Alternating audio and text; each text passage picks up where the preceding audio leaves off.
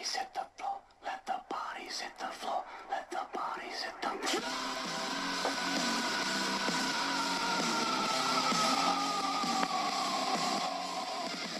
Something's got to give. Something's got to give. Something's got to give.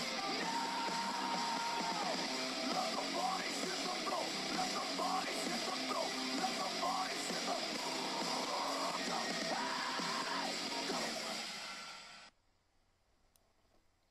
Bonsoir à tous et bienvenue pour un nouvel épisode du People Show. Et oui, c'est le tour du People Show ce soir. Votre présentateur le sait, cette fois ce n'est pas Théo puisqu'il en avait marre de présenter, n'est-ce pas, ce gros flemmard. Donc ce soir nous allons décrypter un peu ensemble la carte de No Way Out et avoir un petit débat sur CM Punk bien sympa. On verra si on a le temps de faire autre chose ou pas. Et bien sûr pour faire tout ça, une grosse équipe ce soir. Et commençons par présenter déjà le co-créateur du People Show et celui qui faisait le présentateur avant, Théo. Bonsoir Théo. Bonsoir. Motivé Théo. Oui. Oh, salut à tous et bienvenue pour une nouvelle édition du People Show. Oh, je suis content d'être là. Je suis content d'être là. Eh bah c'est bien, comment tu vas? Ça va bien, content d'être là, content d'être là. Ça faisait longtemps qu'on avait fait un People Show. Bientôt la fin de mon stage, bientôt la fin En de plus tout t'as ça. choisi le thème d'entrée, ça va. Ah, et le thème, je tiens à le dire, le thème d'entrée évidemment en rapport avec le topic que je tiens actuellement. Le topic de la ECW, surtout n'hésitez pas, le lien sera dans l'adresse, dans la boîte de description de la vidéo YouTube. N'hésitez pas à aller voir le topic parce que c'est quand même un super topic. Pardon. Ouais, j'ai des doutes. Enfin bref. Donc on continue la présentation des membres avec le deuxième co-créateur du People Show. On ne le présente plus de son immaturité extrême et légendaire. Je veux bien sûr parler de Quinquin. Bonsoir Quinquin. Bonsoir. Comment tu vas Quinquin? Voilà, c'est ça va très bien, je suis content du retour du People Show. C'est moi qui ai un peu organisé tout ça, ça me manquait. Bon, je pensais avoir retrouvé mon micro, en fait, vous vous en rendez compte pas du tout. J'ai toujours un micro de merde, mais bon, c'est pas ma faute, il faut pas m'en vouloir. Ah oui, on l'entend. De toute façon, ça cache ta voix de merde, donc on s'en fout à la limite. Tant mieux même. Ça, Et c'est donc fait. pour finir de présenter cette formidable équipe avec qui je suis vraiment heureux de travailler, ça sent pas du tout le faux cul, je voudrais présenter Flyers. Bonsoir Flyers. Bonsoir Fly, oui, bonsoir.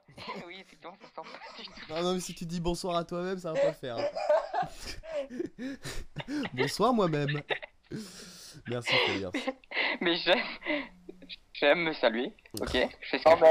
mais c'est depuis qu'il a fait le thème de Triple H et se prend pour Triple H, ce n'est plus Flyers. I am the game you don't want to... Oh, elle est chaude. En fait, je suis roi des casseroles, moi. Bon, bah, bref. Alors, avant, Comment va Monsieur Bide? Avant, il était le roi du bi, maintenant, ça va être le roi des casseroles. C'est dur quand même. Hein. Ouais. Au moins, Donc, ça me c'est fait un le nouveau roi. surnom. Non, bah, ça va bien. Je suis content de refaire un People Show. Bon, j'ai une équipe de merde autour de moi, mais ça, c'est pas grave. Oh écoute, hein, c'est bon. Hein. Eh, oh, tu vas pas nous la faire. Ah, eh. Voilà. Oh, cette répartie de ouf. Oui, bah je suis fatigué, en plus c'est moi qui dois présenter les membres, alors un peu d'indulgence s'il vous plaît. Oh, pauvre Hein. chaton. Il Je est ne suis triste. qu'une lettre, donc s'il vous plaît. En plus je me suis même pas présenté moi-même, J'avoue. et je vais pas le Tu faire. fais, Alors, tu fais pas comme moi. bon ben voilà, tous les auditeurs, voici Seman, vous le connaissez tous, c'est bien, voilà. Bravo Seman. Bonsoir. Et Ça donc va si vous très voulez mal. bien, on commence tout de suite par le décryptage de la carte de No Way Out. Oh le bide. Oui, bah, on va faire ça. Bien, voilà. Et donc, première question un peu à vous tous, qu'est-ce que vous en pensez de cette carte, en général? Bah, attends, je parle en premier. Bah, ça Euh, va, tranquille. Tranquille, hein. Ça va. Bon, vous me faites chier à chaque fois que je prends pas la parole, là, je la prends. Bon, bah, vas-y. Non, bah, c'est une carte de pay-per-view moyen, hein, c'est un pay-per-view de transition, donc bon, les matchs sont... On peut avoir de belles affiches comme Christian Cody Rhodes ou le Triple Threat, mais bon, ça reste quand même... je pense que ça va être un show moyen, quand même, donc bon. Et comme On verra on bien. disait, aime nous le rappeler d'ailleurs, notre ami Théo, c'est un peu une période creuse, c'est mois mai, juin, un peu après l'excitation de WrestleMania, Extreme Rules, etc. D'ailleurs, je pense que Théo va s'exprimer sur ce détail. Triple fouette. Triple fouette. Pardon. Désolé, Non. pour ceux qui comprennent pas, j'ai écrit triple threat après la magnifique prononciation de Flyers. Il faut dire que oui, Désolé. Flyers est très bon avec l'accent anglais, donc un triple threat se transforme en triple fouette avec Flyers, donc bon, voilà ce qui m'a fait marrer. J'ai pas, Quoi j'ai qu'il pas dit fouette le mec. quoi qu'il en soit, ouais, ça sent la grosse carte, hein, ça sent le gros pay-per-view avec notamment le Brodus Clay David Otunga là qui titille un peu tous les esprits, ça sent le très gros pay-per-view. Ouais. Bon, on en Mais parle. pourquoi troll-tu? Pardon, je ne suis pas un troller. Non, ouais, c'est ce qu'a dit Flyers, quoi. C'est vraiment pay-per-view de transition. On sait que maintenant, vu comment ont été les 2 dernières éditions de Money in the Bank, on sait que maintenant, je pense, la WWE a compris que c'était un gros pay-per-view qu'il fallait mettre en avant. Donc je pense qu'on est encore dans une phase de transition avec des pay-per-view où on va dire il n'y a pas de gros changements de titre, il n'y a pas de gros storyline. Ça viendra que vers Money in the Bank, SummerSlam évidemment. Donc c'est vrai que pour l'instant on est encore, on va dire, pas au maximum de ce que peuvent proposer les bookers. Bon, en même temps, je pense que c'est important les périodes creuses comme ça dans une année. Ah c'est sûr, ouais c'est sûr, hein, y a aucun doute là-dessus. Il y en a 2 périodes creuses hein, finalement, puisqu'il y a celle entre donc WrestleMania et Money in the Bank concrètement, et il y a celle entre donc SummerSlam et TLC pour moi. Survivor Series plutôt. Puisque Survivor et TLC se suivent, et Survivor c'est généralement un pay-per-view qui relance Ouais. l'attention. C'est vrai. Et T'as peut-être un autre avis là-dessus, Quentin, vu qu'on t'a pas entendu pour l'instant. Ouais, je suis pas trop d'accord avec ce qui a été dit. Je commence à être chiant. Au début, j'étais plutôt sceptique, c'est vrai, quand je jouais la carte. Puis au fur et à mesure, je trouve que le Sheamus Dolph peut nous faire un bon match. Je trouve que le Cena Big Show peut être pas si mauvais match que ça. Oula, là tu Si t'avances. on y ajoute beaucoup de storylines. non, attends, si quand, non, quand- non, laisse-moi finir. Pas techniquement. Techniquement, ça ne peut pas être un bon match. Mais, par exemple, Cena Laurinaitis a été un très bon match si on prend du point de vue divertissement, etc. Donc j'en attends autant du Big Show John Cena. Parce que techniquement, il ne peut pas faire un bon match. Non. Faut être objectif.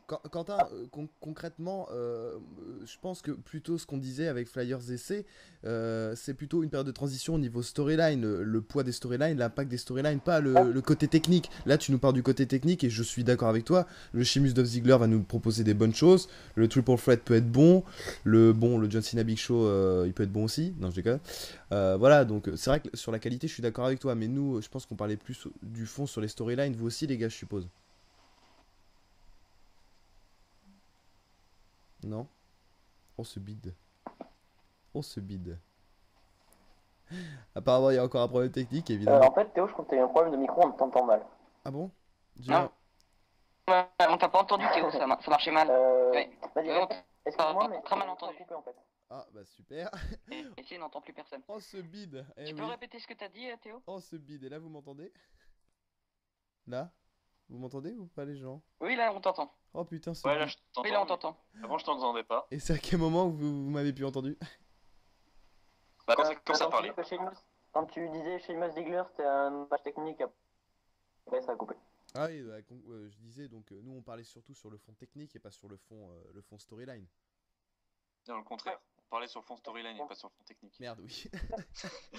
Oui, non, et puis d'ailleurs, je trouve que la WWE s'en sort un peu pas mal, entre guillemets, vu que là, c'est un true storyline et on nous met quand même des matchs techniques avec le Sheamus, Dolph Ziggler, CM Punk, Daniel Bryan, Christian, Cody Rhodes, Beth Phoenix et là qui sont quand même de grosses divas dans ce paysage de merde féminin, désolé. Bah, Là où je voulais en venir, laissez-moi finir, c'est que oui, c'est un peu de transition, mais je pense pas qu'il va être aussi creux que peut l'être un Hell in a Cell ou un Vengeance. Voilà. Ouh, je suis pas trop d'accord parce que ça peut quand même être bidesque, hein. On peut avoir des matchs de 10 minutes, même pas dans tout ce qu'il nous a proposé. Enfin, en plus, je pense que va se rajouter un match de Ryback, je sais pas pourquoi, je le sens bien. D'ailleurs, ça commence à me saouler les squash en pay-per-view, je sais pas pour vous. oui, de toute façon, je suppose que ça énerve. Oui. Je suppose que ça énerve tout le monde à l'heure actuelle, un Ryback. Bon, Lord Tensai, je crois que c'est terminé maintenant, hein. Bon, en ce moment, comme je suis un peu absent, je suis pas trop l'actualité cash, mais je crois que Lord Tensai c'est terminé pour lui. Mais bon, c'est vrai qu'on a encore Ryback et surtout Ryback, oui. Donc on a encore Ryback sur le dos. Donc pour l'instant, c'est un petit peu difficile. Bah surtout changer le booking quoi, parce que quoi, bon, ça va 2 secondes. Mais bon, on n'est pas là pour parler de lui, et donc on va décrypter quand même la carte de No Way Out, s'il vous le voulez bien. Et d'abord avec le pre-show de No Way Out qui va être Brodus Clay versus David Otunga. Est-ce que vous avez quelque chose à dire sur ce match qui est pour moi fortement inintéressant? Je vais prendre la parole, ça va être rapide. Pour moi, s'ils mettent pas un match tag team dans le pay-per-view, c'est une honte d'avoir ce pré-show. Maintenant, si le tag team est dans le pay-per-view, pourquoi pas? Oui, moi, ce qui me déplaît, c'est que la rivalité entre guillemets, c'est David Otunga a attaqué Brodus Clay au dernier pay-per-view, mais le match a été annoncé avant, donc je trouve ça vraiment idiot. Pas pour vous, hein, mais je suis d'accord aussi Oui. sur les matchs tag team. Il y a un truc qui me dérange à propos de ce match, c'est que bon, j'ai entendu une news comme quoi Brodus Clay serait blessé. Bon, ça c'est dans l'histoire, hein. Je pense pas qu'il soit blessé vraiment, mais ça voudrait dire qu'il laisserait croire que Brodus Clay pourrait perdre demain soir, donc. Mais ça serait bizarre de faire perdre Brodus Clay en pré-show, quoi. Parce que Non, en le fait, mec, c'est il est juste- invaincu depuis c'est 6 juste- mois. Oui. Non, je pense que c'est juste pour essayer de donner un peu de crédit Ouais. à ce match, mais vraiment, Otunga a aucune chance de gagner contre Ouais, ça. mais de toute façon, sincèrement, en même temps, moi, ça me dérangerait pas que David Otunga soit le premier à le battre, tu sais, avec un peu de triche, ça renforcerait son côté elle. Mais, mais sincèrement, ouais, je vois mal une défaite de. Bon, tu fais chier quand. Je vois mal une défaite de. Bon, Quentin, arrête d'écrire des messages dans la chatbox de Skype, sinon y a des gens ils comprennent pas pourquoi tu rigoles. Bon, Enfin, en gros, je vois mal une défaite d'Otunga, mal une défaite de Clay demain. Oui, de toute façon, ce sera un match mauvais qu'on se le dise, hein. Oui, oui. Ils peuvent pas nous offrir un match 5 étoiles, ça c'est sûr. Voilà. Et donc on va passer au dernier match qui a été annoncé, un match qui a été annoncé apparemment par une feud sur Twitter. De toute façon, Théo, on s'en fout de son avis, on sait ce qu'il va dire. On va dire oui, Brodus Clay il est mauvais, Otunga il est mauvais, donc ça m'a donné un match mauvais, ça sert à rien. Bref. Otunga, non, je m'avancerai pas sur le cas Otunga parce que les gens Ah, critiquent carrément. Otunga, mais quand même, on sait pas ce qu'il vaut. On devrait d'abord, il a jamais eu de gros matchs en pay-per-view, c'est important de le noter, et donc on sait pas ce qu'il vaut. Donc les gens qui critiquent David Otunga, faut Je suis fermer. totalement d'accord. Donc bon, voilà, je te laisse la parole, c'est. Bah, moi je l'aime bien Otunga, mais je pensais que tu l'aimais pas, c'est pour ça en fait. Mais juste, Donc on va passer au match moi aussi, je Tuxedo l'aime. match. D'accord, si tu veux. Attends, Quentin veut parler? Tu veux parler, Quentin? Oui, je rejoins totalement la Théo. Il ne faut pas critiquer Otunga tant qu'on l'a pas vu vraiment. Je pense que ce gars-là, je vais beaucoup m'avancer, vous allez dire oula oula, tais-toi, mais bon, c'est pas grave. Il est de la trempe d'un John Cena. Non, tais-toi, Non. Quentin. Tais-toi. Il est dans, le sens dans la trempe d'un John Cena dans le sens où c'est pas ses prises qu'il peut reconnaître. C'est sûr, il est pas. Maintenant, je suis sûr qu'il a beaucoup d'atouts qui peuvent le faire s'en sortir. Et je suis sûr qu'il s'en sortira très bien au sein de la WWE. Voilà. Et bah c'est tout le mal qu'on lui souhaite, hein. Écoutez. Écoutez. Écoutez, hein, il est suisse espagnol. Il parle comme je veux. Ah, ma que j'aime les I quit match. Je suis le C. Exactement. Et donc on va passer Bon, bref. au Tuxedo match. Oui, Oh, je le dis en français parce que je sais absolument pas comment ça se dit en Tuxedo. anglais. Tuxedo. Tuxedo, je ne sais pas du tout, donc je dis Tuxedo. Faut le prononcer à Euh, l'espagnol. et donc c'est voilà, faut enlever le costume de l'autre. Entre eux, donc Santino Marella et Ricardo Rodriguez. Je crois que ce match va plaire à Flyers, mais je le sens au fond de moi, je ne sais pas pourquoi. On peut le dire entre nous, c'est le match de la soirée. C'est le match que tout le monde attend. Non, mais bon, comme le dirait l'Iron Chick, je pense que ce match va être un fucking bullshit. Fucking bullshit. Non, mais voilà, c'est la rivalité merdique. Ça c'est un match qu'on doit voir à SmackDown ou à Raw, mais encore à Raw. On doit pas voir ça dans un pay-per-view. D'ailleurs, je comprends pas pourquoi ce match n'a pas été en pré-show. C'est un match de pré-show, ça, pas un match de. Enfin, bref. Ouais, Je vais pas m'étaler. Santino Marella, c'est quand même le champion des États-Unis, donc voilà. Ouais, bon, on sait même pas qu'il est champion des États-Unis tellement il défend pas son titre. Puis, moi, je trouve que ce match, il peut être un bon match niveau divertissement qui peuvent caler entre deux gros matchs. Enfin, si on peut dire qu'il y a deux gros matchs, mais bon, voilà. Qui pourraient caler, comme par exemple, ils ont calé le match, la promo de Brodus Clay à WrestleMania, tu vois. Désolé, mais pour moi, il a autant la place dans un pay-per-view qu'un squad de Ryback. Ouais, Oui. moi je pense que le match entre Ricardo et Santino était pas prévu. Je pense qu'il était pas prévu et qu'en fait, comme Del Rio a donc dû laisser sa place à Ziggler, pour le. Évidemment, c'est Hein. triste. Je pense qu'ils se sont dit, bon, on va essayer quand même de caser Del Rio quelque part. Et si on peut, par l'intermédiaire de Ricardo, le mettre sur le show pour éviter de pas l'oublier. Voilà, après tout, il a qu'une commotion cérébrale, il sera de retour rapidement sur le ring. Mais je pense que la WWE voulait quand même qu'on garde cette petite touche espagnole dans le show. Ah, Donc on a mis Ouais, c'est possible. ce tuxedo match en plus pour, bah, on va dire, garder dans les d- consciences Alberto. désolé de te dire ça, Théo, mais moi, c'est pas en voyant Ricardo que j'ai pensé à Del Rio, hein. Bah, quand tu Avant, on parles. sait pas, hein, Del Rio, il va peut-être venir. C'est pas une commotion cérébrale qui l'empêche de venir non plus. Il peut juste pas être en action dans un ring. Vous allez pas dire qu'il est. Moi, Vous pensez vraiment qu'il va intervenir dans ce match-là? Non, non, mais moi je Ah, pense pas. Je dis juste que c'est possible. Et je dis pas qu'il va le faire. En tout cas, moi je rejoins Flyer sur ce qu'il a dit, c'est que pour moi un pay-per-view ça doit être du catch parce qu'on regarde en live, il n'y a pas de pub, il n'y a pas d'interruption. Et tout le côté divertissement, surtout ce match, ça devrait plus être dans des shows comme Raw ou SmackDown pour moi. Ça fait vraiment un peu tâche, même si j'adore le divertissement, j'aime vraiment bien le divertissement. Je trouve que ça fait un peu tâche dans un pay-per-view comme No Way Out où bon, bah, ça se veut quand même un peu au sérieux.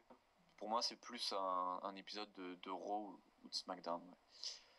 Ouais. Et donc, on va passer maintenant à un deuxième match du show qui n'a absolument pas été préparé à mon sens. moi, Oui, tu peux parler, Quentin? je pense que bon, ce match va être axé sur le comique, hein, évidemment. Et c'est dommage parce qu'on a quand même deux gros techniciens. Hein, si vous avez Oui, regardé un oui, peu oui. de Shimaera, enfin Ricardo Rodriguez, quoi, il est quand même très bon. Et Santino, on sait aussi qu'il est très bon. Mais bon, vu que c'est axé sur le divertissement, je vois bien une connerie, genre Santino arriver avec 35 t-shirts ou tu vois, enfin, vraiment. Oh, il nous l'a déjà fait le coup d'arriver avec 150 t-shirts. Ah bon? Bah, le coup de. Tu sais, genre, je me rappelle à un show à New York, il était arrivé avec tous les maillots des New York, celui de basket, celui de football américain, celui de hockey. Il a déjà fait le coup, ça. Ou au show en Angleterre, il était venu avec un maillot de Liverpool et tout. Il a déjà fait ce coup-là, hein. Enfin, bref. Bon, d'accord, d'accord. Excuse-moi, Flyers, excuse-moi. En même temps, Non, c'est mais. vrai, mais je pense qu'il en faut quand même des catcheurs comiques, en tout cas avec le divertissement que veut produire la WWE. Je pense qu'il en faut, et Ça a toujours, autant qu'il soit pas mauvais. ça a toujours Non, été mais. ça a toujours été comme ça hein, avec Oui, Vince oui, oui, bah McMahon. oui. Hein, ça a toujours été comme ça. Non, Il mais fallait toujours des moi, gimmicks. je suis d'accord pour ça. Mais qu'on le mette pas champion si c'est pour faire un règne qu'il a actuellement, qui est. Désolé les gars, il est bidesque Mais de son toute règne. façon, c'est la même chose pour n'importe quel superstar. Ouais, bah, C'est je la préférerais même. que ça soit une autre superstar. Mais c'est juste après pour juste sur les affiches le titre c'est tout de champion des États-Unis. Oui, Que ce oui, soit Marella ou que ce soit un autre, le titre sera bidesque et le titre sera pas défendu. Donc franchement, moi je me fous royalement en ce moment, c'est bizarre mais je me fous royalement du titre intercontinental et du titre United States. à la limite, le titre des États-Unis, tout le monde s'en fout, et c'est peut-être pour ça aussi qu'ils ont mis Santino Marella, c'est parce que c'est une superstar qui fait vendre et qui ramène un petit peu, pas beaucoup, mais un petit peu de monde. Et quand c'était Zack Ryder, bon, bah, l'effet Zack Ryder, je crois que c'est un peu essoufflé. Et quand c'était Jack Swagger, Et donc ils ont non changé. seulement il était heel et personne l'aimait, mais en plus, si c'est le titre des États-Unis, c'était vraiment chiant. Excusez-moi, en plus, son règne, il était bidon. Je pense pas que Zack Ryder, son phénomène, se soit essoufflé. Rien qu'à voir à chaque apparition, le public est ultra content de le voir. Maintenant, c'est vrai que bon, ce gars-là est pas super bon. Et pour moi, il est aussi bon que Jack Swagger. Donc voilà. Que ça soit ouais, Ryder ou Swagger, c'est la même merde quoi. Enfin, je suis désolé, hein, mais pour moi, c'est ça quoi. Ryder, Enfin, bref, Ryder quand messieurs, même. dames, on n'a Ryder- pas tout le temps qu'il faut, donc on va passer à un deuxième match, si vous le voulez bien. Donc pour moi, un match qui n'a pas du tout été préparé, vous le direz vous-même, je pense, dans ce qui va suivre, c'est le match pour le championnat des divas, Layla contre Beth Phoenix. Qu'est-ce que vous en pensez tout de suite, là, votre premier mot qui vous vient à l'esprit? Quentin, par exemple. C'est des divas, merde, on le sait très bien. Match Tu bâclé, t'appelles match Quentin? de merde. Putain, mais on le sait très bien à quoi ça Alors s'attend. moi, je suis pas d'accord. Je pense que ça va être un très bon match. Non, non, bon. Je vais rien contredire, mais là, c'est pas possible. Ouais, non. Même si on a Layla et Beth Phoenix, à un moment donné, ça passe plus. Et ouais, non. Non, je sens vraiment le match de merde arriver, mais gros comme une maison, quoi. Ouais, c'est les divas, quoi. Est-ce que c'est possible un retour de karma, selon vous, pour ce Non, match? non, trop tôt. Trop tôt. Ah non, puisqu'elle a posté une Twitter, une photo Oui, qu'elle ouais, mais s'entraînait très... c'est encore un peu trop tôt. Je pense que, de toute façon, la seule raison que ce match soit bon, c'est un retour de karma. Sinon, ce serait un mauvais match. Voilà. On est d'accord, il a pas été préparé, ça sera un mauvais match, c'est un match de diva, de toute façon, il Mais durera pas plus de 5 minutes. les mecs, les matchs de diva, c'est jamais préparé. Hein. Non, mais des fois, il y a au moins des Pas de interventions, genre à Oh, WrestleMania, bah, il y avait une intervention en live sur un Ah. plateau. Là, il y a eu quoi? Il y a eu un match où Beth Phoenix a gagné, et puis voilà. Non, mais tu me diras, c'est sûr qu'elles ont eu le temps de s'entraîner pendant Hero et SmackDown parce qu'on les a pas beaucoup vus sur le ring. Hein. Ça, au moins. Oui, c'est ça, ça fait 3 semaines que la seule diva qui apparaît pratiquement, bah, c'est AJ, quoi. Et les autres divas, elles sont à NXT. Bon, Elle est bonne! Non, mais Ah. de toute façon, on le sait très bien, la considération qu'a la WWE pour ses femmes. Donc, bon, à part passer sous le bureau, je vois pas à quoi elle sert, c'est tout. bon, pas grand chose, je pense. De Ah, toute pas façon. grand chose. Et donc, on passe à un troisième match, puisque là, on a fait un peu les matchs bas de gamme, entre guillemets, j'ai envie de dire. Ah, Hein. juste une petite remarque, c'est concernant Oui. Karma, je vois que les gens quand même sont assez à fond derrière Karma. Moi, je tiens à dire que bon, c'est vrai que Karma, ça va apporter une nouvelle diva avec un autre côté, on va dire moins mannequin, moins poupée, mais quand même, j'aimerais bien calmer un peu les gens, même si je sais que bon, j'ai pas la science Oui. infuse, mais quand même, j'aimerais bien les calmer parce que même si Karma fait son arrivée. Au pire, elle feudera contre Beth Phoenix un temps et on aura un peu de chance, on aura peut-être un ou deux bons matchs, mais ça ne changera en rien la division. La division restera quand même avec des divas de merde. Donc, le problème d'accord. n'est pas une ou deux divas et l'arrivée de Karma qui est donc un peu en retard. Non, le problème c'est la division diva en entier. Donc, franchement, faut arrêter avec, avec ce phénomène Karma. Faut Bah, arrêter. le truc, c'est que l'arrivée de Karma peut entraîner plusieurs choses. Parce que quand ils pensent, on peut pas dire que les divas peuvent pas nous offrir de bons matchs. Ah, il y a des catcheuses qui peuvent nous offrir de bons matchs. Quand on y pense, bon, il y a PS Phoenix, il y a Layla, t'as Karma, oui. Tamina. Tamina aussi, Tamina, oui. Natalia. Et Natalia, tu peux avoir le retour de Michelle McCool, qui était une très bonne catcheuse. Donc voilà, il y a du Mais potentiel. il y a du potentiel, mais de toute façon, Mais la il WWE est, n'y prête aucune oui, attention. Donc, il à sera mon jamais avis, que exploité. Et je pense voilà, que le c'est ça retour de Karma, ça fera un impact précis dans le temps et ponctuel, mais Non, ça sera jamais sur le long terme, je pense. mais c'est ça, à mon avis, qui dérange le plus dans la division féminin, c'est qu'il y a du talent, il y a du potentiel. S'il y aurait que des divas comme Kelly Kelly ou les Bella Twins, on dirait, ouais, bon, bah, ils ont des catcheuses de merde, c'est normal qu'ils fassent des matchs de merde. Mais là, on a des bonnes catcheuses. Elles peuvent nous offrir des matchs de 10 minutes, des bons matchs de 10 minutes. Mais le problème, c'est que la WWE n'en a rien à foutre. Et donc, on n'a rien. Ouais. Enfin bref, On va hein, continuer. c'est pas ce match qui va nous faire dire que le pay-per-view sera nul, vu qu'il durera sûrement que 5 minutes, si ce n'est moins. Oui, bah oui, ils vont pas faire plus de 5 minutes. Et donc on va passer au match pour le championnat intercontinental. Christian contre Cody Rhodes, une revanche de No Way Out où Christian avait obtenu sa chance en remportant une Battle Royale. Pas de limite. Qu'est-ce que vous en pensez? Je crois que Quentin est un peu content que Christian soit champion, non? Oui, juste, je veux te corriger, t'as dit une revanche de No Way Out, c'est pas possible vu qu'il n'est pas encore passé. De Over the Limit, pardon. Ouais. Oui, donc Christian fait son retour, il a gagné. Bon, je suis super, méga, giga content, heureux, bref, tout ce que vous voulez, c'est mon Christian quoi. Malheureusement, vu que, bon, vous le savez tous, on a tous lu cette news qui dit que Christian n'est plus prévu d'apparaître jusqu'au Raw du 23 juillet pour les. Il est apparu au dernier. Ouais, non mais il est quand même plus prévu d'apparaître à partir d'un moment, sauf en show. Donc j'ai bien peur que Cody Rhodes récupère son titre, malheureusement. Bon, pour tout vous dire, je préférais voir ces deux-là pour un titre majeur, hein, c'est clair. Moi, Christian Cody Rhodes, ça me botte comme fin. Ça me botte plus pour un titre poids lourd que pour un titre intercontinental. Mais d'un côté, ça lui redonne du prestige, ce qui est pas mal. Après un Ezekiel Jackson, bon, voilà, on sait tous son règne. C'était il y a un an, Ezekiel. Oui, non, mais depuis Ezekiel Jackson, le titre a jamais connu de vraie valeur, quoi. Big Show, voilà. Mais même Oh, Cody Rhodes, il a eu un bon règne. bah oui, il l'a défendu à Hell in a Cell et après il l'a défendu à WrestleMania, quoi, tu vois. Enfin, Non, il y a une fois dans une semaine, il l'a défendu 4 fois. Enfin bref. Contre Booker T, ouais. ouais. Oui, donc ça redonnera du prestige au titre, c'est clair. Ça se rapproche quand même plus de l'année 2009 où on avait des feux de Rey Mysterio, Chris Jericho pour les trains intercontinental qui étaient magiques. Même si là la FUD est pas super, le match sera bon et c'est déjà ça. Oui, enfin, la rivalité, c'est juste en gros la clause de rematch de Oui, Cody voilà. Rhodes. Il a fait un ou deux segments et puis voilà, en gros. On est d'accord. Ah oui, mais carrément. C'est pour ça que je dis la FUD est pas énorme, mais le match peut être énorme. Ouais. Après, voilà, c'est dommage qu'il n'y ait pas plus de fun et que ça soit juste, tu m'as pris mon titre, je veux le récupérer, quoi. Mais bon, c'est déjà ça. Ton avis, Flyers? Bah oui, c'est quasiment sûr que ça va être un bon match vu le talent des deux. Mais je pense quand même que Christian va conserver son titre contrairement à Quentin. Parce que Cody Rhodes, quand même, bon, il a eu un long règne. Il a perdu à WrestleMania, il a regagné, il a reperdu, je le vois mal regagner au bout d'un mois. Ça fera un peu le yo-yo avec le titre. Oui, ça Il fait un peu gagne. donner pas Bah mal de oui. titres en Attends, peu de temps. quand on y pense, attends, il a perdu à WrestleMania, il a gagné à Extreme Rules, il a perdu à Over the Limit et il regagnerait à No Way Out. Ça ferait bizarre, ça ferait beaucoup. Moi non plus, ce serait pas vraiment crédible. Ouais, ça T'as serait pas peut-être un crédible. avis similaire, Théo? Pour le Christian Cody Rhodes. Oui. Franchement, déjà, bon, parce que j'ai pas envie du tout de faire comme Quentin, c'est-à-dire je vais laisser de côté cette stupide manie de vouloir garder en tête les news et les rumeurs. Genre par exemple, soi-disant que Monsieur Christian, à partir d'un moment, ne sera plus présent aux épisodes de Raw. Ça déjà, je vais mettre ça de côté parce que j'en ai marre de ces news à la con qui sortent de nulle part. On sait pas pourquoi Christian n'est plus prévu d'apparaître jusqu'au 23 août. Le mec est champion intercontinental.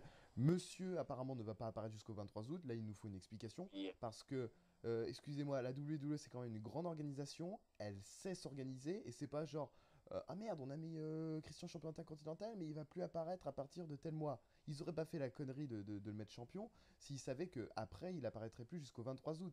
Ça n'a aucun sens. Donc pour moi déjà cette rumeur d'une, elle est bidon et de deux, pour moi Christian va conserver dans un bon match, du moins je l'espère. Oui, après, ça dépendra aussi de combien de temps on leur donne. Mais c'est sûr que les deux, de toute façon, ont un talent dans le ring certain et qui feront un bon match. D'ailleurs, je sais pas si vous avez vu, Christian, son apparition sur les rings de la TNA dimanche dernier pour Slammiversary. Non, j'ai pas voulu voir ça, ça m'aurait fait. Ouais, moi je l'ai vu. J'ai regardé vite fait. Il était sympa son segment. Il était pas énorme, mais il était sympa. Hmm. Il Donc, était pas, il est pas ensuite, très on à l'aise. passe. Bon, bref. Non, ça sentait qu'il était pas très à l'aise. D'ailleurs, Ouais, non. il s'est gouré dans son texte un moment, il me semble. Ouais, mais il était pas très à l'aise. Et bon, je m'en fous, Théo. Je vais encore citer une news. Bon, mais bon, de toute façon, c'est pas une news, hein, tout le monde le sait. Il était surveillé par la WWE, c'est clair. Donc je pense qu'il avait vraiment intérêt à suivre la ligne qu'on lui avait donnée et vraiment pas à s'en écarter parce que là, il était mort, c'est clair. Donc c'est normal qu'il soit. L'efficacité du nouveau robot. Oui, pardon. Si tu veux. Excusez-moi, c'est J'ai les... envie de mettre des pubs pendant l'émission. Excusez-moi, c'est les spams, pardon. Excusez-moi. Excuse-moi, Quentin, il y a eu un Ouais. spam. Voilà, vous êtes d'accord pour dire que c'est normal qu'il soit stressé, sachant qu'il était surveillé à mort par la Oui. WWE. Moi, je pense qu'il était surtout stressé par l'accueil que lui réservait la TNA. Ah non, Moi, je trouve d'ailleurs qu'il a été accueilli. Bon, bah, il a été applaudi, mais il a pas été ovationné tant que ça, je trouve. Ouais. Personnellement, Ouais, par mais- le public. en backstage, il a dû être accueilli bien comme un prince et bien se faire sucer. Et je suis sûr qu'ils ont quand même Hogan, essayé qu'il revienne. Hogan, le maître de la pipe. Ouais. Donc, on va penser à un match pour un titre majeur, le titre poids lourd, Sheamus versus Dolph Ziggler. Alors, on sait qu'il y a eu des histoires. Enfin, Dolph Ziggler a été nommé challenger numéro 1 parce que Alberto Del Rio a une commotion cérébrale et ne peut pas participer au pay-per-view. Il y a eu des rumeurs peut-être bidons sur Del Rio. Ziggler, challenger, ça vous plaît? Bah, mieux que Del Rio. Mieux que Del Rio, c'est clair. Théo, t'as pas le même avis, je suppose. En toute objectivité, je t'avouerai que donc, je vais laisser de mon côté fan de Del Rio sur le banc. Et oui, je suis content que Ziggler soit challenger par rapport à Del Rio parce que bon, Del Rio, c'est un bon catcheur, que certains sont pas d'accord avec moi, mais bon, pour moi, ça aurait offert un bon match. Mais avec Ziggler, ça va nous proposer encore plus un bon match. Donc, c'est tout bénef après tout. Bon, on sait que Sheamus va conserver, ça c'est une certitude, mais c'est vrai que là, au moins, on va dire, il y a 80% de chances que le match soit bon, puisque Sheamus est un bon catcheur. Malgré que ce soit un brawler, et généralement les brawlers ils savent pas faire grand chose. Mais là, quand même, avec Dolph Ziggler, un des super talents qu'a la WWE à l'heure actuelle, on peut s'attendre à un très bon match. Et je trouve que enfin, c'est personnel, hein, que Dolph Ziggler, il a juste un manque de carrure. Pour moi, il a pas assez de muscles. En fait, il est Enfin, Frileux, ouais. il est un peu dans la gamme de CM Punk. Pour moi, ça lui va pas le titre poids lourd, mais bon, c'est personnel. Après, moi, je suis très satisfait qu'il soit challenger quand même. Et d'ailleurs, il a été choisi par un Fatal 4-Way lundi. Et honnêtement, à part lui, je voyais ni Great Khali, ni Christian, ni Jack Swagger pour, euh, pour défier Sheamus dimanche. Et en parlant de Sheamus, pour l'instant, donc ça fait depuis WrestleMania qu'il est champion, vous pensez quoi de son règne? Il est correct. Correct? Vous êtes d'accord, Quentin, Théo? J'étais très sceptique au début quand j'ai vu qu'il arrivait dans les arènes en se faisant huer. Je dois vous dire, Moi aussi. juste après WrestleMania, la hit qui s'est prise face à Daniel Bryan, je me suis dit, oh putain, le pauvre, il va vraiment avoir un règne de merde. Et non, parce que Sheamus est un très bon catcheur que j'apprécie énormément, et il a su retourner, et il a su montrer que non, c'était un bon champion. Et ça, j'en suis content, et je suis heureux qu'il soit champion. Voilà. Il a pas un excellent règne, mais il a un bon règne. Voilà. Oui, il y a eu mieux, il y a eu pire, quoi. Merci. Moi, je sais pas si Théo est d'accord avec moi. Je sais pas parce qu'il regarde plus trop le catch, plus qu'il a un stage en ce moment. On lui dit tous qu'il a un stage. Enfin, je n'ai pas vu les shows, mais j'ai lu en tout cas les résultats. Et je suis juste un peu déçu de ses speeches en fait à Sheamus, puisque c'est un peu toujours la même chose. Il arrive jamais à nous surprendre. Avant, quand tu étais heel, moi je préférais. Il avait toujours sa petite histoire et tout. Alors que là, bon, j'ai l'impression qu'il se repose un peu sur les lauriers au micro. Et pour moi, c'est important un champion qu'il ait une certaine présence au micro. Je sais pas si vous pensez la même chose. D'accord. Je suis totalement d'accord, hein, mais je pense que aussi ces FUD ont pas une telle amplitude qui. Ouais. Je sais pas comment expliquer. Ces FUD sont un peu trop banales, donc en fait ces speeches sont banales. Et c'est ça qui est dommage en fait. Il aurait une FUD énorme, je suis sûr qu'il pourrait nous sortir de très gros speeches. Attends, Quentin, aussi tu dis ces fêtes sont banales. Le seul problème, c'est que, comme on l'a dit, ils sont dans une période creuse. En plus, donc, Sheamus en plus donc a subi le revers d'Daniel Bryan donc en se faisant huer. Donc tout de suite la WWE s'est dit merde, il va falloir le remettre, on va dire, dans le droit chemin. Donc on est reparti après sur un Fatal 4-Way où on avait mis quand même la dose de heal pour refaire passer Sheamus comme un gentil garçon. Donc il a fallu manier le personnage tout en arrivant à faire des rivalités assez concrètes parce que bon, on est quand même dans une période creuse. Mais c'est pour ça qu'il a eu que des fautes banales. Là, il est devenu champion à WrestleMania, puis en plus en 18 secondes. Et en plus, après, donc, bon, il y a eu Extreme Rules, Over the Limit et donc No Way Out. Donc bon, c'est sûr, il est encore dans une période creuse. Donc c'est normal que ses fautes soient banales. Je suis d'accord, mais modère quand même un peu en disant qu'ils l'ont mis face à des gros heels. Il était quand même dans le même match que Randy Orton. Et on sait à quel point Randy Orton, malheureusement, est apprécié par le public. Donc certes, il y avait Jericho, mais qui était plus du côté Orton, et Del Rio qui faisait, comment dire, qui s'opposait à Sheamus. Mais il y a quand même le gros face Randy Orton. Et c'est pour ça d'ailleurs après qu'on a continué à manier le personnage et cette fois-ci donc il doit affronter Del Rio. Oui. Ah oui, carrément. Et juste, je reviens sur ce que tu as dit au début, après je vais laisser la parole à Flyers et à Seaman. Quand tu disais c'est une période creuse, je suis carrément d'accord. Je rejette pas du tout la faute sur Sheamus et c'est pour ça que d'un côté je le défends en disant que voilà, il est pas non plus dans la bonne période pour vraiment faire des gros trucs. Voilà, c'est tout. D'accord, très bien, messieurs. Donc, on va passer au dernier match qui concerne un championnat. C'est le championnat WWE. Donc, ça va être un triple threat et pas triple fouet match entre CM Punk, Daniel Bryan et Kane. Évidemment, dans tout ça, il y a AJ qui va faire un peu. On ne sait pas trop quoi d'ailleurs ce qu'elle va faire parce que. Ça salope. Elle a embrassé Kane au dernier Raw. Elle fait des bisous à CM Punk et CM Punk la défend comme un mort de faim, comme si c'était son chien. Et Daniel Bryan en a rien à foutre depuis qu'il a perdu son titre. Comment vous voyez ce match, honnêtement? Ça va partir en partouze. Ah, c'est pas un porno non plus, hein. On est en pigiste. Non, sérieusement, je vais arriver et qui va filmer tout ça. Non, sérieusement, je sais pas du tout. Je pense quand même, je vois mal. Déjà, je vois mal Kane gagner. Donc, et je sais pas, mais je crois pas que Bryan soit assez mature pour avoir un bon règne de champion du monde. Donc, je pense que Punk va conserver. Mais ce qui est sûr, c'est que c'est Edge qui va aider le vainqueur. Je ne sais pas comment, je ne sais pas qui, mais ce qui est sûr, c'est que ça va se passer comme ça. Je ne dirais pas aider le vainqueur, mais desservir le perdant. Ah bon, c'est un peu compliqué. En gros, je pense Ouais. plus que perdre quelqu'un que faire gagner quelqu'un. Si tu vois ce que je veux C'est dire. ce qu'elle fait dernièrement. Elle essaye d'aider quelqu'un et au final, elle agit en sa défaveur et les adversaires gagnent. C'est ça que tu voulais dire, Quentin, je suppose. C'est ça, c'est exactement ça. En ce moment, c'est surtout une grosse salope. Ouais. Théo, ton avis, puisqu'on sait ton amour pour CM Punk. J'ai vu sur Facebook, j'ai vu donc un sondage qui disait il fallait voter donc pour son vainqueur pronostic pour le match Triple Menace. C'est assez marrant. Donc CM Punk évidemment était premier parce que bon, il y a de fortes chances qu'il conserve. Parce que je le vois plus se perdre peut-être à Money in the Bank, vu que c'est un peu plus significatif ce pay-per-view pour CM Punk, ou SummerSlam au pire, donc il va perdre un de ces deux pay-per-view là, donc je le vois mal perdre un No Way Out. Mais la deuxième personne qui arrivait donc en tête des sondages, c'était pas Daniel Bryan, c'était Kane.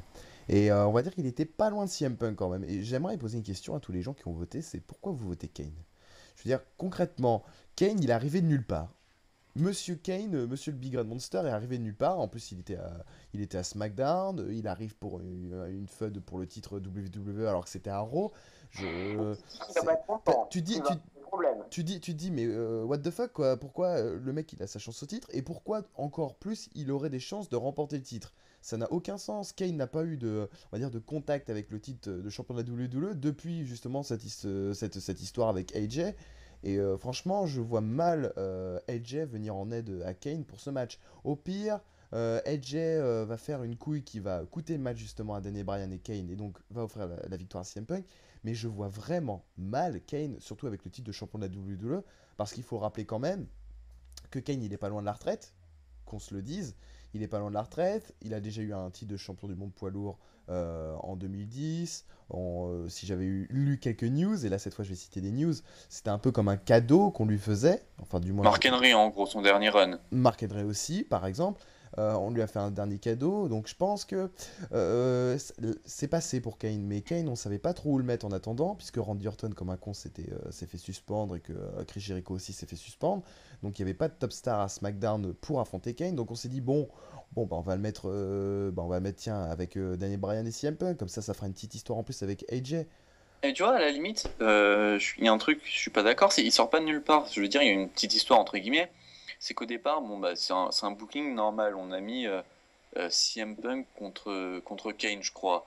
Et après, Daniel Bryan contre Kane, pour voir si c'était une rivalité un peu à distance entre CM Punk et Daniel Bryan. Et au final, on se rend compte que Kane, il a été énervé par les deux.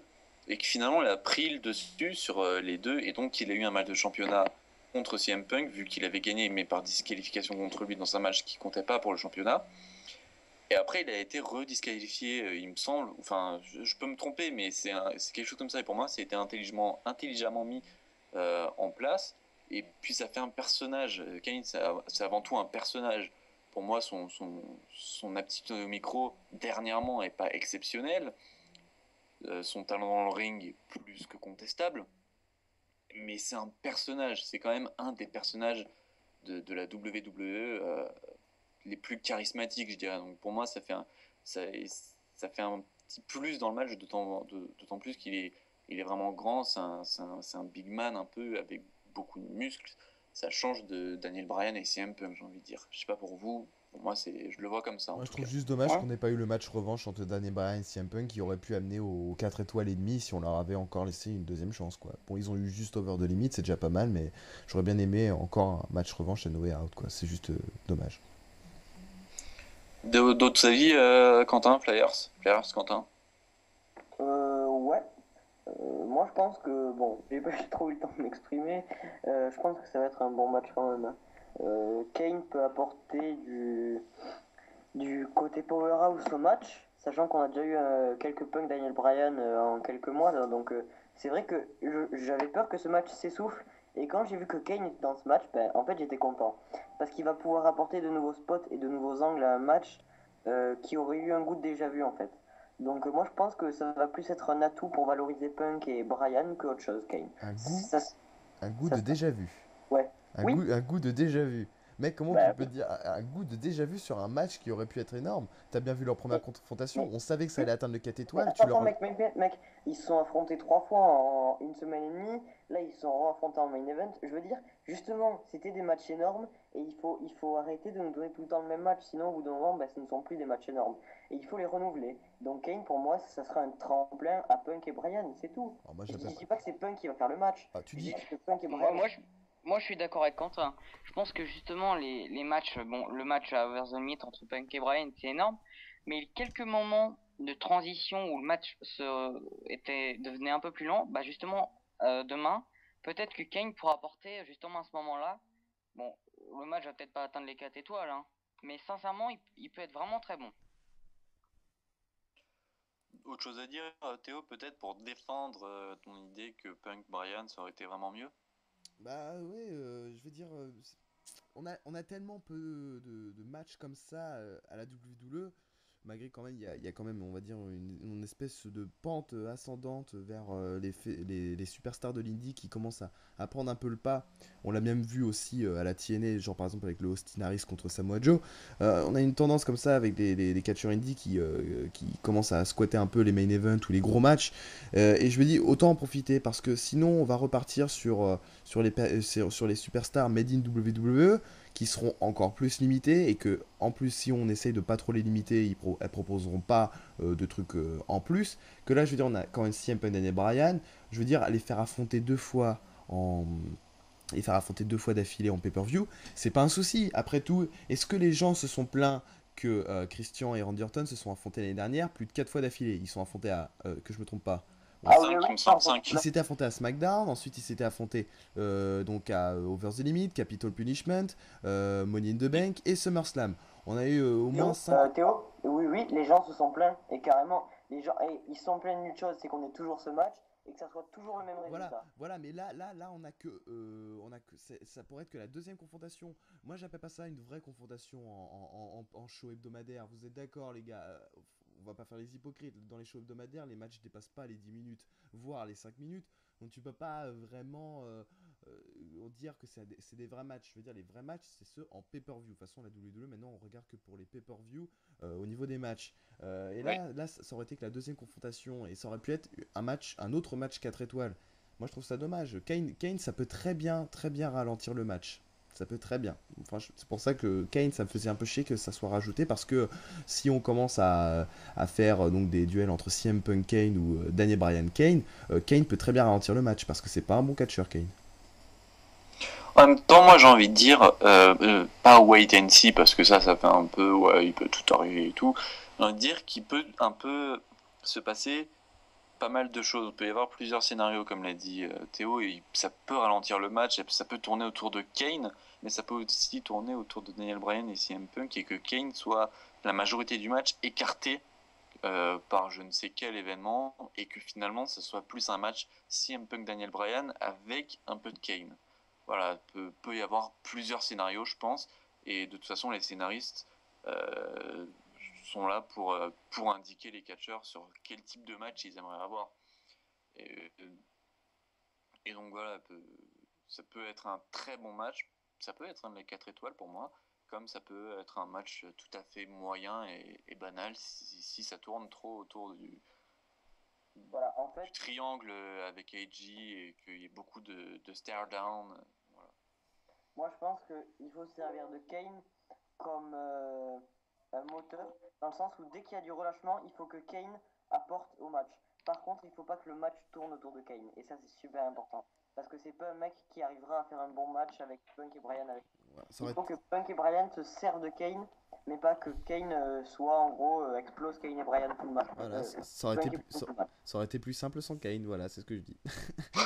Voilà, c'est tout. Enfin, bref, on va passer au dernier match de la Je tiens carte. juste à tous vous informer que Facebook vient de nous apprendre que Geoffrey Carrara ressemble à Justin Bieber. Et il fallait que ça apparaisse dans People Show. Voilà. Si tu veux, on s'en fout complètement. C'était la remarque, on en a rien à battre de la soirée. Merci à toi, Quentin. Je te laisse présenter le dernier match. Donc le dernier match qui sera un match en cage, et attention, la stipulation n'est pas qu'un match en cage vu qu'elle est de plus en plus compliquée, c'est John Cena contre le Big Show, mais si John Cena perd, John Cena sera viré, et si Big Show perd, Mr. Laurinaitis sera viré. Pour moi, ce n'est absolument pas crédible et ça m'énerve ces trucs de tu seras viré si tu perds. Je crois que sur ces 5 dernières années, Cena a été suspecté, susceptible, pardon, suspecté n'importe quoi. Oh le lapsus, oh le lapsus. Lapsus révélateur. Il aurait été susceptible d'être viré la moitié de ses matchs au moins, et ça m'énerve. Parce que finalement, ça aurait arrivé quoi, 1 ou 2 fois avec la Nexus où il sera revenu. Toi, mon petit, je vais te calmer tout de suite. Hein. Tu vas pas parler comme ça de John Cena longtemps, je te préviens. Non, mais c'est pas John Cena qui m'énerve, c'est les stipulations, il va être viré. Ça m'énerve. Je veux dire, ça a aucun intérêt. Bon, à la limite que si Big Show, non, même Big Show perd Mr. Laurinaitis viré, ça, je vois, ça m'énerve. Mais pire, John Cena perd, John Cena est viré, mais qu'est-ce que ça vient foutre là? Pourquoi? Comment? C'est pas dans aucun contrat, ça paraît nulle part, ça sert à rien. Mais est-ce que c'est sûr ça que si Cena perd, il est viré? Il me semble, oui. Moi, je suis pas sûr. Hein. Si, ça a été annoncé Si. il y a... Si, ça a été annoncé, ouais. Ouais, bon, bah alors on sait qui va gagner. Oui, en plus. Alors, attends, je vérifie. Non, je vérifie si c'est vraiment si Cena perd. Cena est viré. Si, je l'ai vu tout à l'heure. Je l'ai vu tout à l'heure sur Facebook, donc un dossier spécial posté par la WWE qui disait donc que la carrière de John Cena aussi était en jeu pendant ce match. T'en penses quoi, Théo? D'ailleurs, bah, vu que t'as la parole, vas-y, continue. Hein. Ce qui est assez marrant, c'est comme tu disais, c'est le mec donc qui a failli perdre le plus de fois sa carrière dans. Déjà, il l'a perdu 2 fois en l'espace. C'est ça qui est marrant, il l'a perdu donc en 2010 face à la Nexus.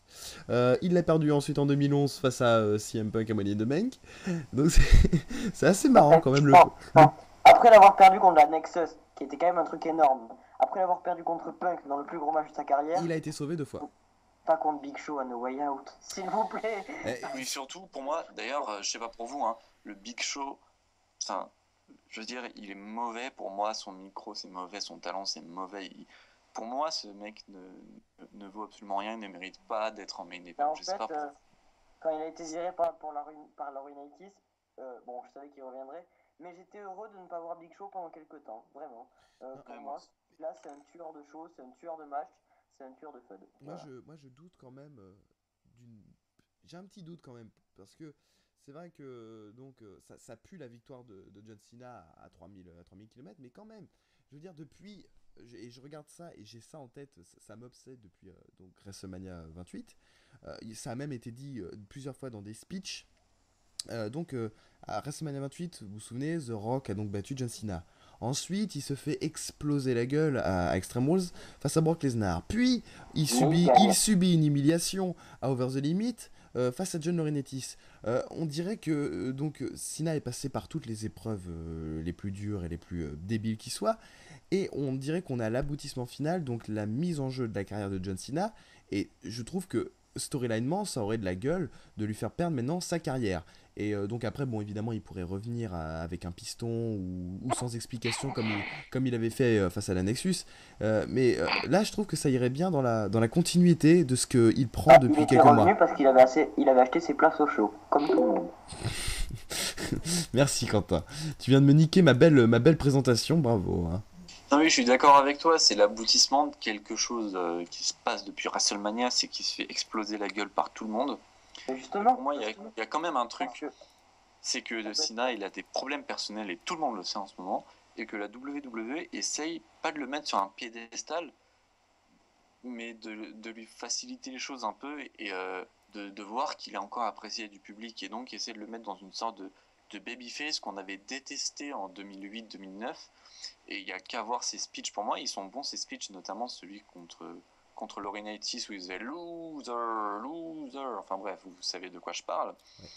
Mais ça dénote c'est pas un manque de sérieux, mais ni un manque d'implication, mais plus de tension. Il n'y a pas assez de tension, alors que bah voilà, il s'est fait défoncer la gueule à WrestleMania, Extreme Rules et à No Way Out quand même. Enfin, moi, ça me sidère. À Over the Limit, ça fait 2 fois dans la nuit, je sais pas ce qui se passe. Je vais pleurer à cause de ça. Non, je rigole. Enfin bref, voilà, ça me sidère quand même qu'il y ait des segments qui peuvent être comiques, alors que depuis WrestleMania, on nous fait chier avec Cena qui s'est défoncé la gueule, et même depuis avant, puisque avec Kane, il y avait son histoire Rise Above Hate, etc. Enfin bref. Tu penses pas que justement ça peut être genre un ras-le-bol et que justement il peut se retourner quoi. Enfin, justement ça peut être la fin de tous ces cauchemars entre guillemets, enfin de toute cette série noire et que là ça y est c'est fini et il se retourne, il explose Big Show et pas un heel turn parce que c'est pas possible. Mais limite un Cena qu'on a encore jamais vu et qui va défoncer Big Show, j'aimerais vraiment voir ça. Mais pour moi, c'est pas crédible. Après juste la transition entre Over the Limit et No Way Out. Il a eu des segments pratiquement que comiques, Cena.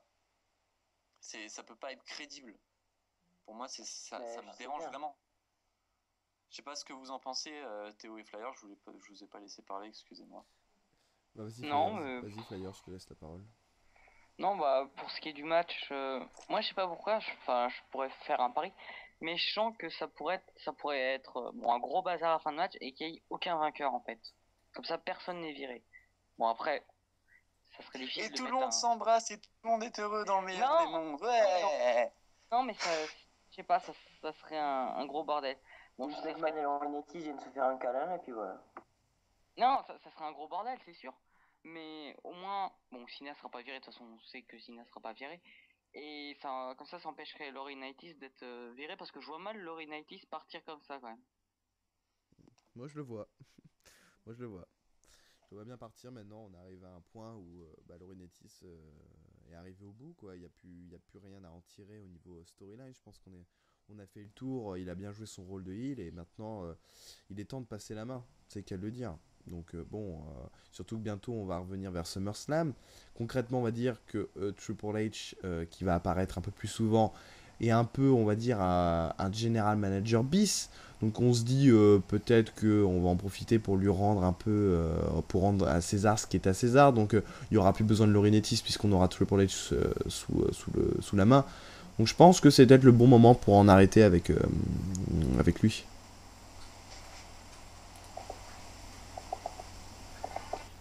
Ouais. Juste, on va dire au revoir à Sek qui doit partir, donc je pense que l'émission va s'arrêter là, hein, c'est déjà bien pour un retour. On est désolé, on était un peu fatigué et tout.